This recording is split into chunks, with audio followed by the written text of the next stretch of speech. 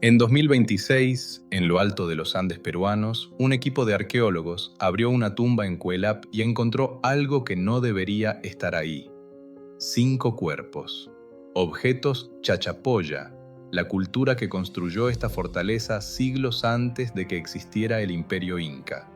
Y, entre esos objetos, una pieza inca. Ese pequeño detalle conserva la huella de algo que la historia popular casi nunca cuenta. Mucho antes de que llegara un solo español a estas montañas, los chachapoyas ya habían sido conquistados por otro imperio americano. Te contaron que un puñado de españoles conquistó 2 imperios, el Inca y el Mexica, casi solos. Es la versión más repetida de la conquista de América. Y es, en el mejor de los casos, una versión incompleta, porque en los 2 casos los imperios americanos ya venían con grietas abiertas antes de que apareciera cualquier español. Y esta es la historia de esas grietas y de los pueblos que decidieron ensancharlas. Pero no todos esos pueblos estaban luchando desde la misma posición. Únete a Storylab, dale like y suscríbete para seguir explorando el pasado. Un pueblo conquistado por otro imperio. Antes de que existiera cualquier alianza con España, los chachapoyas ya tenían una historia propia. Durante siglos habitaron los bosques de neblina de lo que hoy es la región de Amazonas, en el norte de Perú, un territorio montañoso que transformaron con andenes agrícolas tallados en la ladera y donde construyeron pueblos de casas circulares sobre plataformas de piedra. Su obra más ambiciosa fue Cuelap, una fortaleza con más de 400 edificios interiores y murallas exteriores de hasta 18 metros de altura. La arqueología no muestra un poder centralizado comparable al del Estado Inca. Los estudios de Inge Schellerup describen una organización formada por cacicazgos y señoríos competitivos, aunque las jerarquías internas de ese sistema todavía se discuten. Esa era la sociedad que Túpac Inca Yupanqui decidió conquistar hacia 1470. Según el cronista Garcilaso de la Vega, los combates comenzaron en Pías, en el límite del territorio chachapoya, y los chachapoyas ya se venían preparando militarmente desde antes de que llegara el ejército inca. Sabían lo que se les venía encima. La resistencia inicial fue dura, pero la fase decisiva de la conquista se completó hacia 1475. Los chachapoyas quedaron bajo el dominio del Tahuantinsuyo. Pero ser conquistado por los incas no significaba solamente pagar un nuevo tributo. El imperio inca gobernaba a una población que lo superaba largamente en número, y una de sus herramientas para sostener ese desequilibrio era el mitma, el traslado forzado de poblaciones enteras. Comunidades leales al Cusco se reubicaban en territorios recién sometidos para extender la influencia inca desde adentro. Comunidades rebeldes se desarraigaban de su tierra y se dispersaban en zonas ya consolidadas, rodeadas de guarniciones sin posibilidad de reorganizarse. Los chachapoyas conocieron la versión más dura de ese sistema. Ya bajo el reinado de Huayna Cápac, estalla una rebelión chachapoya.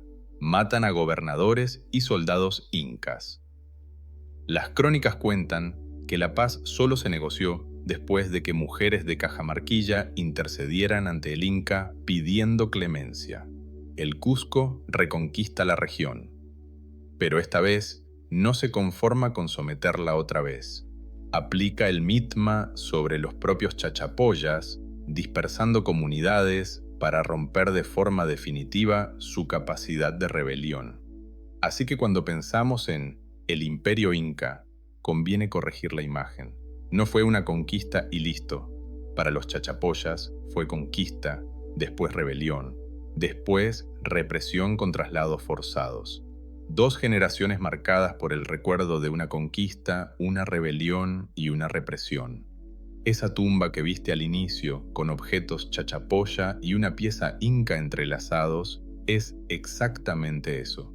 La tumba no explica por sí sola la alianza que vendrá después, pero sí muestra el mundo en que esa alianza fue posible, uno donde la identidad chachapoya y la autoridad inca ya llevaban generaciones superpuestas. El imperio que ya estaba en guerra consigo mismo, y los chachapoyas no eran la única fractura del Tahuantinsuyo.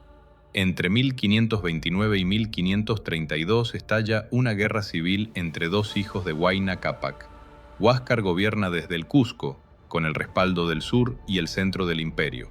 Atahualpa controla Quito y el norte, con los ejércitos veteranos heredados de las campañas de su padre. No fue únicamente una pelea entre dos hermanos. Detrás de Huáscar estaban las panacas, los linajes de los incas anteriores, dueños de tierras y momias reales.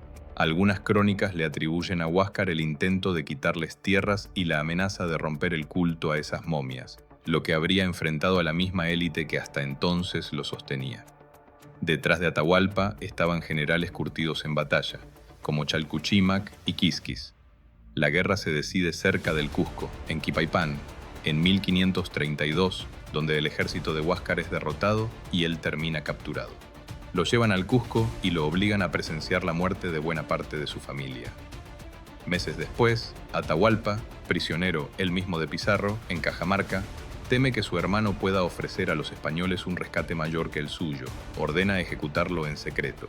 El 16 de noviembre de 1532, ese mismo Pizarro captura a Atahualpa en Cajamarca. Esa captura golpea el centro político del imperio y deja abierta una disputa por la autoridad. Es una vulnerabilidad parecida a la que vamos a encontrar del otro lado del continente, otro sistema imperial golpeado en su propio centro de mando. Pero la guerra civil deja algo más que un vencedor. Deja una facción derrotada, los huascaristas, con generales y nobles ejecutados en las semanas siguientes a la captura de Huáscar, pero no exterminada del todo. Esa facción va a seguir operando durante años, y España, cuando llegue el momento, también va a apoyarse en ella. Los enemigos andinos del Cusco. Con el imperio fracturado, varios pueblos ven en la llegada española algo que no es una invasión extranjera cualquiera, es una oportunidad. Pero conviene no tratarlos como un bloque único, porque cada uno llega a esa decisión por un camino distinto. Entre sus principales motivaciones estaban las siguientes. Los Cañaris, en el sur de lo que hoy es Ecuador. Atahualpa había ordenado una masacre contra su pueblo por haber apoyado a Huáscar, y aliarse con España era una forma de vengar esa represión. Los Huancas, en el centro del Perú, arrastraban una rivalidad propia con el poder cusqueño. Más adelante incluso, ayudan a sofocar la rebelión de Manco Inca. Los huascaristas, la facción derrotada que acabamos de ver, buscaban sobrevivir y recuperar algo de la posición que habían perdido. Y los chachapoyas, el motivo que ya conocemos, el resentimiento acumulado por la conquista de Túpac Yupanqui, 2 generaciones atrás. 4 pueblos, 4 motivaciones principales: venganza, rivalidad regional, supervivencia política, memoria de la conquista, que convergen en el mismo bando sin ser nunca una alianza indígena homogénea. Ninguno de esos pueblos actuó como un bloque psicológico único. Dentro de cada uno hubo cálculos distintos y hasta cambiantes. Estos pueblos participaron en distintos momentos del avance español y en las guerras que siguieron a la captura de Atahualpa.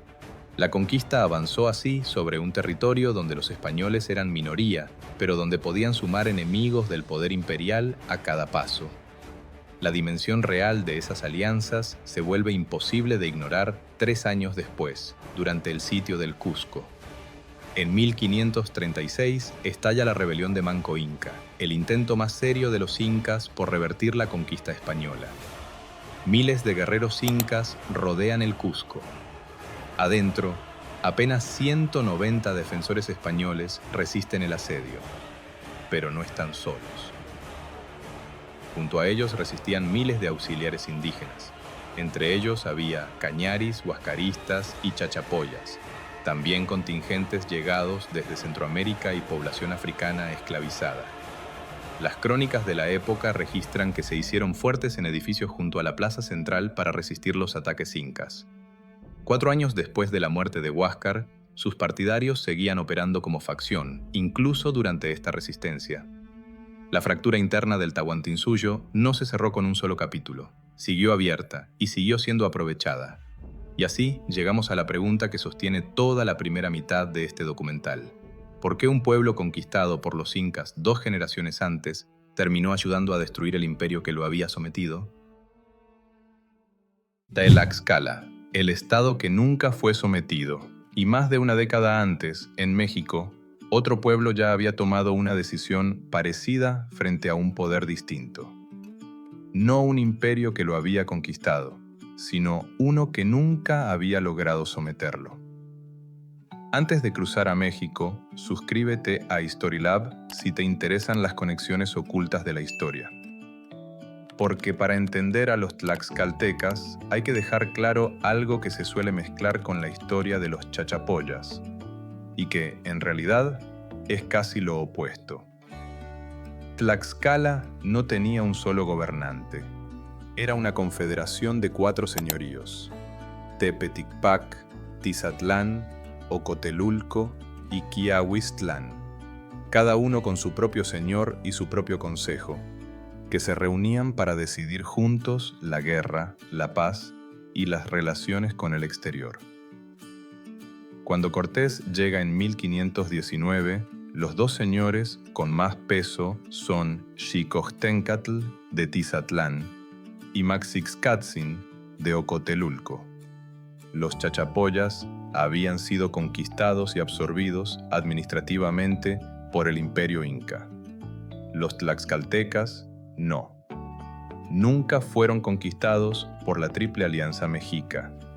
Según el cronista tlaxcalteca Diego Muñoz Camargo, los mexicas mantuvieron a Tlaxcala bajo bloqueo económico durante más de 60 años, cortando su acceso al algodón, la sal y otros bienes de comercio exterior. Pero ese cerco fue poroso. Los tlaxcaltecas resistieron con fosos, murallas y guarniciones en sus fronteras. Sustituyeron la sal que les faltaba por tequexquite, una sal mineral propia de la región, y dieron refugio a otros pueblos hostigados por los mexicas a cambio de ayuda para defender esas fronteras. Eran un estado independiente y enemigo, sometido a bloqueo económico y a las llamadas guerras floridas, pero jamás incorporado al imperio. Sobre esas guerras floridas conviene ser precisos porque no está del todo claro qué eran. La explicación tradicional dice que eran combates rituales, pactados entre ciudades para conseguir prisioneros que sacrificar en tiempos de sequía. Pero el historiador Ross Hassig ha propuesto una lectura distinta, que los cautivos de las guerras floridas eran una fracción mínima del total de sacrificios aztecas, y que Moctezuma evitó deliberadamente conquistar Tlaxcala para conservarla como un enemigo cercano, un terreno de entrenamiento militar permanente. Dicho de otro modo, Hassig sugiere que las guerras floridas fueron, además de un ritual religioso, una forma de mantener a Tlaxcala hostigada y débil, pero nunca del todo destruida. Esa diferencia importa muchísimo para lo que viene. No vamos a estar comparando 2 rebeliones iguales, sino 2 maneras completamente distintas de terminar en el mismo bando. Tampoco fue una decisión unánime. Las crónicas registran que, incluso después de que los señores mayores de Tlaxcala decidieran negociar con los españoles, Xicohtencatl, el joven, hijo del señor de Tizatlán, mantuvo una postura crítica dentro del consejo. Tlaxcala no llegó a la alianza con España como un bloque cerrado, sino como una confederación que debatió, y que no todos sus líderes vieron igual.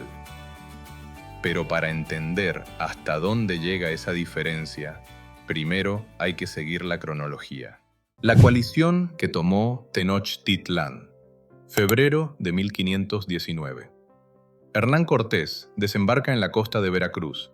Entre agosto y septiembre de ese mismo año avanza hacia el interior y se topa con los tlaxcaltecas. Y aquí conviene frenar un momento, porque la alianza no nació de una amistad inmediata. Durante días, los tlaxcaltecas combatieron contra los recién llegados. Solo después de medir sus armas, sus caballos y, sobre todo, la oportunidad política que representaban frente a su enemigo de siempre, los señores mayores decidieron negociar. Tlaxcala no fue conquistada, negoció, calculó y eligió. Pactan una alianza. Y aquí vale la pena marcar algo. Esto ocurre más de una década antes de que Pizarro llegue a Cajamarca. México y Perú no son la misma línea de tiempo. Son dos historias separadas por más de 10 años que, sin embargo, van a terminar pareciéndose. El 8 de noviembre de 1519, Cortés, ahora acompañado por miles de guerreros tlaxcaltecas, llega a Tenochtitlan y se encuentra cara a cara con Moctezuma. Lo que sigue no es una marcha triunfal. En la noche del 30 de junio al 1 de julio de 1520 ocurre la Noche Triste. Los españoles son expulsados de la ciudad con fuertes bajas. Es una derrota real, y Cortés se repliega a reconstruir su coalición desde territorio tlaxcalteca.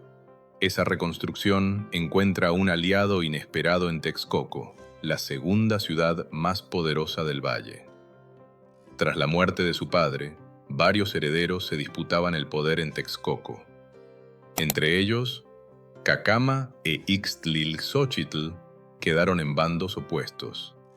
Cacama se mantuvo alineado con Tenochtitlan, mientras que Ixtlilxóchitl aprovecha el caos de esos meses para enfrentarse a su propio hermano y termina del lado de los españoles. Texcoco se convierte así en la base de operaciones de la coalición final. Ahí se ensamblan los bergantines, 13 embarcaciones dirigidas técnicamente por el maestro naval Martín López y construidas en Tlaxcala con abundante mano de obra indígena. Terminadas, fueron desarmadas pieza por pieza, transportadas a través de la sierra y reconstruidas en Texcoco. Ese esfuerzo le dio a la coalición algo que no tenía antes: capacidad para disputar el control del lago. Pero ese mismo año, una epidemia de viruela devasta Tenochtitlan. La epidemia golpeó a la población, a los combatientes y a la propia dirigencia política. Entre sus víctimas estuvo Cuitláhuac, que había asumido el trono después de Moctezuma. En mayo de 1521 comienza el sitio de la ciudad.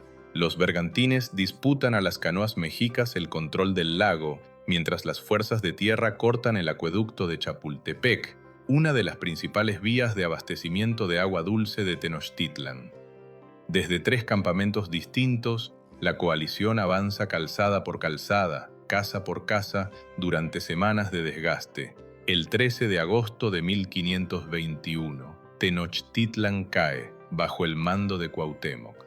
Y aquí conviene desmontar algo que la imagen popular repite hasta el cansancio: la idea de que un puñado de españoles derrotó solo a Tenochtitlan. Las crónicas de época hablan de hasta 100.000 guerreros tlaxcaltecas, texcocanos y de otros reinos aliados rodeando la ciudad durante el sitio.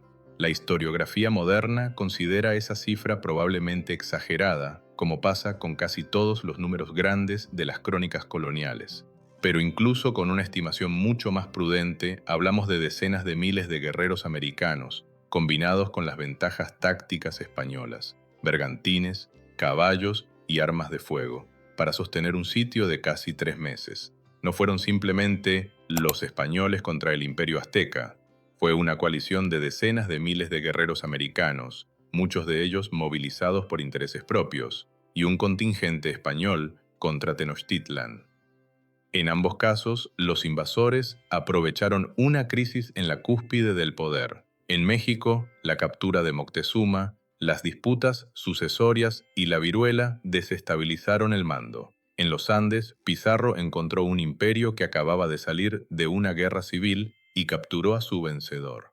No fueron procesos idénticos, pero sí golpes al mismo punto: el centro de decisión del imperio, en extremos distintos de América.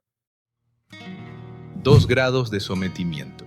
Para cerrar la comparación, vale una sola pregunta: ¿por qué un imperio absorbió a los chachapoyas y el otro nunca logró absorber a Tlaxcala? El Tahuantinsuyo integraba su territorio de forma directa, reemplazaba o supervisaba a las élites locales reasentaba población con el mitma que ya conocemos y reorganizaba el territorio de forma activa. La Triple Alianza Mexica, en cambio, gobernaba de forma más indirecta, dejaba en su lugar a las élites locales mientras pagaran tributo e intervenía poco mientras ese tributo llegara. Los chachapoyas habían quedado dentro del aparato imperial inca. Tlaxcala, en cambio, permanecía fuera del sistema mexica, aunque rodeada y sometida a una presión constante. Así que no es cierto decir que los chachapoyas y los tlaxcaltecas hicieron lo mismo. Hicieron dos cosas distintas que llegaron al mismo resultado. Los chachapoyas eran un súbdito rebelde, un pueblo sometido por la fuerza 2 generaciones antes, que aprovechó la llegada española para intentar revertir su propia conquista. Los tlaxcaltecas eran un rival soberano, un estado que nunca había sido sometido, que negoció con España desde una posición propia, no como un pueblo liberándose de una conquista previa. Que esas alianzas fueran racionales en su momento no significa que sus aliados pudieran controlar el mundo colonial que nació después. Los chachapoyas siguieron siendo, durante siglos, súbditos de un nuevo imperio. Y Tlaxcala, pese a sus privilegios, título de leal ciudad, escudo de armas propio, exención de tributo, gobierno indígena con sus propios señores como regidores, tampoco escapó al colapso demográfico del siglo XVI. La demografía histórica calcula pérdidas superiores a la mitad de la población en amplias regiones del centro de México, y el propio Muñoz Camargo registró en Tlaxcala 3 grandes epidemias: las de 1520, 1545 y 1576. España ganó fuerza al entrar en guerras americanas que ya existían. No inventó a los enemigos de los imperios, supo convertirlos en coaliciones de conquista. Un subordinado interno, un rival externo, 2 caminos distintos hacia el mismo resultado. España no inventó las fracturas de América, aprendió a entrar por ellas. Si te interesa el mundo andino que existía antes del Tahuantinsuyo, tenemos un video entero sobre eso. Antes de los incas existió un mundo avanzado que fue olvidado. Te lo dejamos en pantalla. Y si esta historia te cambió, aunque sea un poco la imagen que tenías de la conquista, quédate. El próximo documental cruza el Atlántico. Vamos a España a ver qué estaba pasando del otro lado de esta historia.